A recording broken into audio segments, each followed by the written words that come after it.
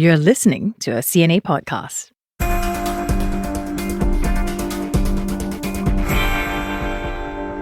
India and Pakistan, military powers and nuclear-armed neighbours.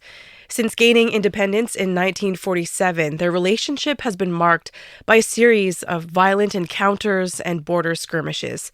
And once again, these South Asian nations are creeping closer to the brink of war. India has carried out military strikes in Pakistan and Pakistan-administered Kashmir, saying it has struck terrorist infrastructure. Pakistan Prime Minister Shehbaz Sharif calling it an act of war and vowing a response. Reports say dozens of people have been killed in the worst confrontation between India and Pakistan in more than 20 years. Pakistani Prime Minister Shehbaz Sharif has vowed retaliation. India has defended the strikes, saying it was exercising its, quote, right to respond after a deadly terror attack on tourists in India-administered Kashmir more than 2 weeks ago. India blames Pakistan, something it denies. I'm Teresa Tang. In this special episode of the CNA Correspondent podcast, we head to New Delhi and Islamabad, where Ishan Garg and Hira Mustafa have been tracking developments. Hello to you both. Appreciate you coming on to help our listeners make sense of a very fast-moving story. Thank you for inviting us both. Thank you so much for having us. Ishan, I want to start with you. The Indian strikes, they were dubbed Operation Sindoor. They lasted about 25 minutes, according to reports we've seen. They struck in the early hours on Wednesday local time. The first question is, why did India take this step?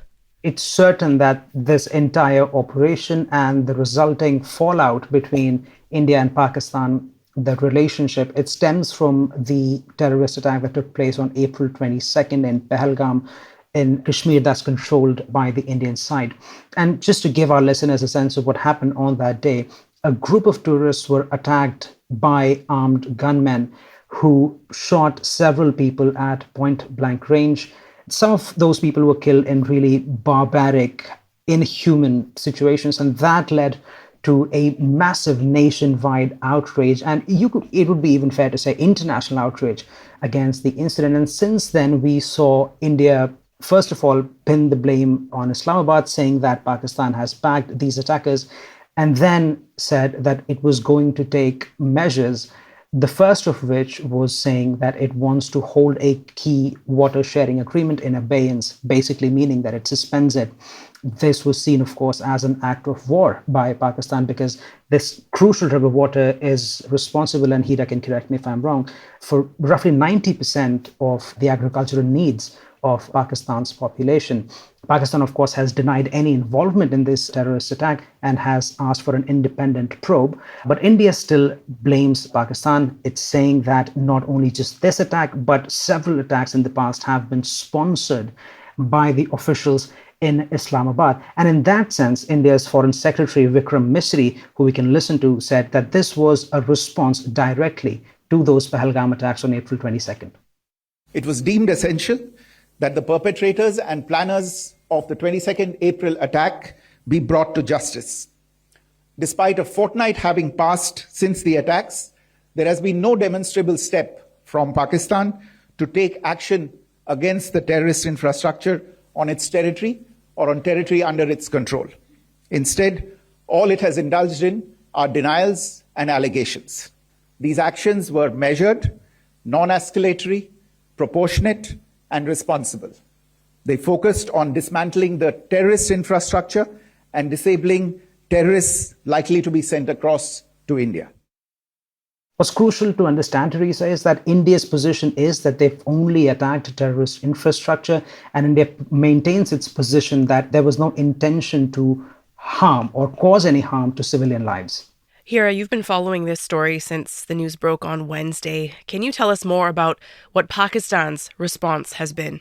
Well, we have seen that on Wednesday, India has carried out 3 missile attacks in Pakistan-administered Kashmir and in Pakistan's Punjab province. And India claims that India has carried out these airstrikes to dismantle the terrorist camps in Pakistan-administered Kashmir. And this has prompted Pakistani authorities coming up with very strong statements, and they're claiming that India's allegations in saying that Islamabad had any involvement in the terrorist attack that happened in Indian-administered Kashmir are false allegations. And they also reject Indian claims of attacking the terrorist camps in Pakistan-administered Kashmir. They are saying Pakistan's army is claiming that those are the civilian areas which India has attacked. And they also has shared a number that is more than 40 people have sustained injuries as a result of these airstrikes, and more than 30 people are claimed to be dead. So in regards to this, Pakistan's Prime Minister held an important national security session yesterday in which all the top military officials along with the federal ministers were participated in this session. And in this national security session, some important decisions were taken. And one of them was that Pakistani officials have authorized armed forces to retaliate to India's airstrikes, which means that we are going to see some major escalation in coming days, given the fact that Pakistan's military spokesperson in his media briefing has also stated that Pakistan will avenge the death of the civilians. And analysts believe that at this point, international community needs to step in, as here we are talking about two nuclear-armed countries. So we cannot afford regional instability in South Asia. Let's listen to what Pakistan's Information Minister Ataullah Tahir has stated in one of his media briefings. Pakistan will now respond very, very effectively. Make no mistake, because our desire for peace should not be mistaken for our weakness. The fight that we are fighting is not only for us, it's for the rest of the world. As far as the current situation is ongoing, we are responding. Obviously, India is the aggressor, provocator. As we heard the information minister, so it's clear that Pakistan denies the allegations that are being leveled by India, linking Pakistan to the terror attack that happened in Indian-administered Kashmir. And this is what we have been hearing from the experts, that given the whole scenario, that how tensions are mounting between two nuclear-armed neighbors, there is a possibility of wider conflict in South Asia. So, Ishan, as Hira has explained, Pakistan is vowing retaliation to India strikes. Can you tell us, how is India preparing for it? Well, we've been speaking to several defense experts here who say that India would have anticipated a response from Pakistan while it was planning the airstrikes on Pakistani territory. And we've seen a semblance of that in the past few days. So, for example, from Wednesday morning all the way through Thursday morning, we saw several civil defense drills being carried out, particularly in these 244 districts out of the 800-odd districts India has. And the focus of these drills has been to make sure that the civilian population really understands what to do in case the worst situation does break out. So we've seen drills that include people practicing how to take injured people out on stretchers, how to respond to an air siren, how to reach out to your local police official, or for the civil defense establishment like paramilitary forces and the police forces to respond to a call by the army or to communicate with the army. So these sort of mock drills have taken place from Wednesday to Thursday. It gives people a sense of really how dire the situation is, and it's important to highlight that this hasn't happened since 1971. In my lifetime, we haven't even heard of a thing like this, where civilians are being prepped for an escalation in tensions that could potentially result in a war. But apart from that, there's another problem that the Indian government has tried to target in the past 24 hours, which is misinformation. The sheer amount of it circulating online, these sort of panic messages going out in WhatsApp groups where people, messaging each other to say a war is going to break out any minute. You should stockpile on cash, on ration, keep in touch with your loved ones. And the Information Ministry has come out with several social media posts, as well as has asked TV channels here to keep telling the audiences across the country not to believe in disinformation like this. And if there is a situation in which civilians have to be ready for the worst outcome, it will be communicated by the government itself. In terms of what the Indian government's response has been, we've seen the Interior Minister, Mr. Amit Shah, who is also considered the right-hand man of Prime Minister Narendra Modi, hold talks with the chief ministers of the provinces, the states, and also the top bureaucrats there to sensitize them to what could be coming in the next few days, which just gives you a sense of what's happened on Wednesday. India's Operation Sindoor carrying military airstrikes in Pakistan. This might not be the end of the story, but rather the beginning of something that could very well turn out into a wide-ranging conflict, or at least a prolonged engagement between Indian and Pakistani armies. Yeah, as you say, no question, this is a very delicate situation that could have regional reverberations if things escalate. China, for one, has been trying to position itself as a peacemaker, a leader of the global south, but it has close ties with Pakistan. Take a listen. Here is Chinese Foreign Ministry spokesperson Lin Jian commenting on the conflict. India and Pakistan will always be each other's neighbours that cannot move away. They're both China's neighbours as well. China opposes all forms of terrorism. We urge India and Pakistan to act in the larger interests of peace and stability, remain calm, exercise restraint, and refrain from taking actions that may further complicate the situation. We are willing to work together with international community to play a constructive role in easing the current situation. U.S. President Donald Trump has been watching events unfold as well, and he had this to say earlier from the Oval Office. Oh, it's so terrible. My position is I get along with both. I know both very well, and I want to see them work it out. I want to see them stop. And hopefully they can stop now. They've gone tit for tat. And if I can do anything to help, I will be there. Before we go, I want to ask you both, how much room is there for diplomacy in the days and the weeks ahead? Or do you think more violence is inevitable? Well, we have seen similar situation in 2019 when a terrorist attack happened in Indian-administered Kashmir, and tensions were really high back then also, because we have seen similar accusations that India is leveling today against Islamabad of stating that Islamabad is involved in the terrorist attack that happened in Pahalgam. So the situation is pretty much same that happened in 2019. And we saw in 2019, US played a very important role in diffusing the tensions between India and Pakistan. And as you already mentioned, that US President Donald Trump is urging both India and Pakistan to exercise maximum restraint and is now offering mediation to help ease the tensions between the two countries. So there could be a possibility that in coming days, there could be a de-escalation from both sides. But then again, as we are seeing some strong statements coming from both sides of the border, we are listening to the Pakistan's military spokesperson stating that Pakistan will retaliate. India should brace itself for a more kinetic reaction as a result of the Indian airstrikes that happened in Pakistan-administered Kashmir. So the situation is pretty tense, but we are also hearing from the experts who are saying that if the regional players like US and China step up their efforts, then there is a possibility that situation might dial down. Having said that, China is a strong weather friend of Pakistan, and we have seen Chinese ambassador having one-on-one meetings with Pakistani officials in Islamabad. We have seen Interior Minister closely communicating with the Chinese Foreign Minister here, and we have seen statements coming out from Chinese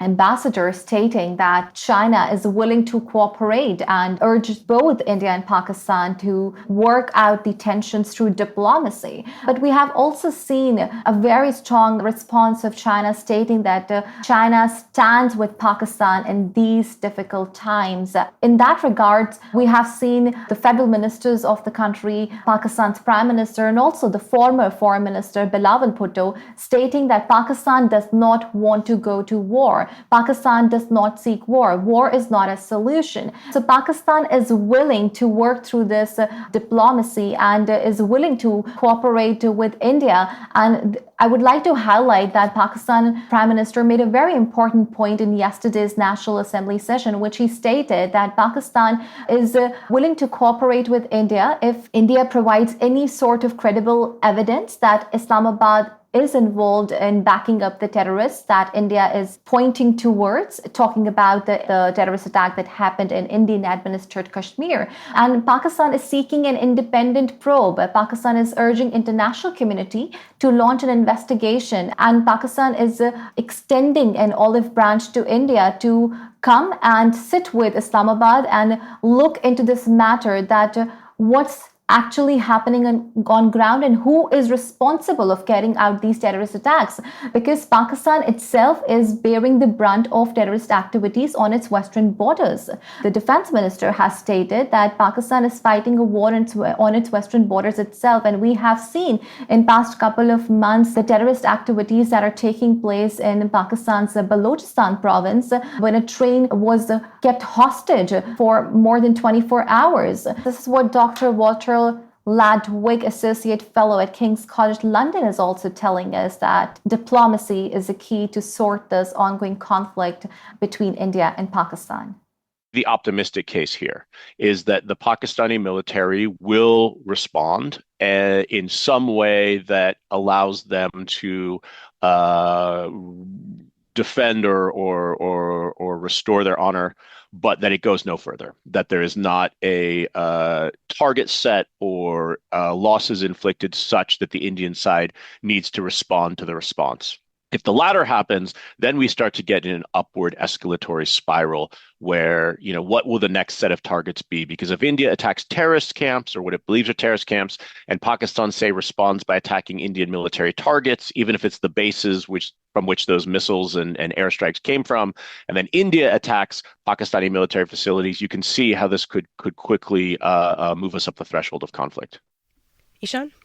The room for diplomacy between India and Pakistan, this is where things get really, really tricky, because experts have been telling us the trust deficit between New Delhi and Islamabad has nearly eroded over past several decades. I mean, we're talking about two countries that have fought 4 wars and have come to the brink of fighting at least 3 other wars in the past, since their independence, really, since 1947.